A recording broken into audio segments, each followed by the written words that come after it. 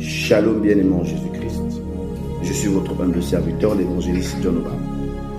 Ce soir, je vais aborder un thème, c'est sur la Kara. La Kara est une consécration au niveau du Gabon et c'est un terme abordé dans ma langue vernaculaire Fan et dans le nord du Gabon. Nous allons comprendre quelque chose ce soir, c'est qu'il y a des hommes et des femmes consacrés à la Kara.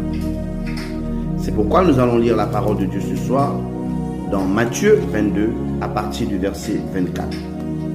Il est écrit: cette question, maître, Moïse dit, si quelqu'un meurt sans enfant, son frère épousera sa veuve et suscitera une postérité à son frère. Or, il y avait parmi nous 7 frères. Le premier se maria et mourut.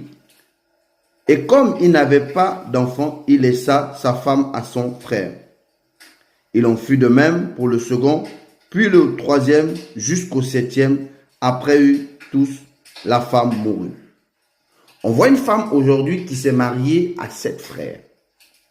Les 7 frères sont décédés, sans enfant, mais les 7 frères ont investi sur cette femme. Ils ont investi leur énergie spirituelle, ils ont investi leurs finances.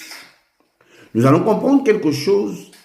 Il y a aujourd'hui ce phénomène qui règne où des hommes et des femmes sont consacrés à ne pas se marier. C'est une femme, elle est consacrée à nourrir la famille.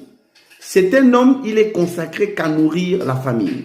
Son travail, c'est de payer les trousseaux de ses sœurs. La femme, son travail, c'est de subvenir aux besoins de toute la famille, mais tu n'es pas heureuse. Il y a plusieurs personnes, plusieurs hommes me diront, il a eu plusieurs partenaires, mais il ne comprend pas pourquoi chacune de ses partenaires sont décédés. Il y a des femmes qui ont eu des hommes aussi, des hommes également sont décédés. Pourquoi? Parce qu'il y a une consécration qui pèse sur votre vie.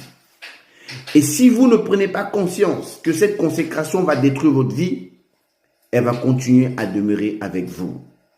C'est pourquoi ce soir, je suis venu vous éclairer. Je suis venu vous aider. Peut-être vous êtes en Afrique, vous êtes en Côte d'Ivoire, vous êtes au Congo, vous êtes au Congo-Kinshasa, au Congo-Brazzaville, vous êtes au Burkina, vous êtes au Mali, vous êtes au Sénégal, vous êtes au Botswana, vous êtes au Maroc, vous êtes en Tunisie. Vous êtes dans le monde entier, même dans des pays européens, en Guadeloupe, en Martinique, mais vous sentez qu'il y a une consécration dans votre vie. Les hommes arrivent ou les femmes viennent dans votre vie, mais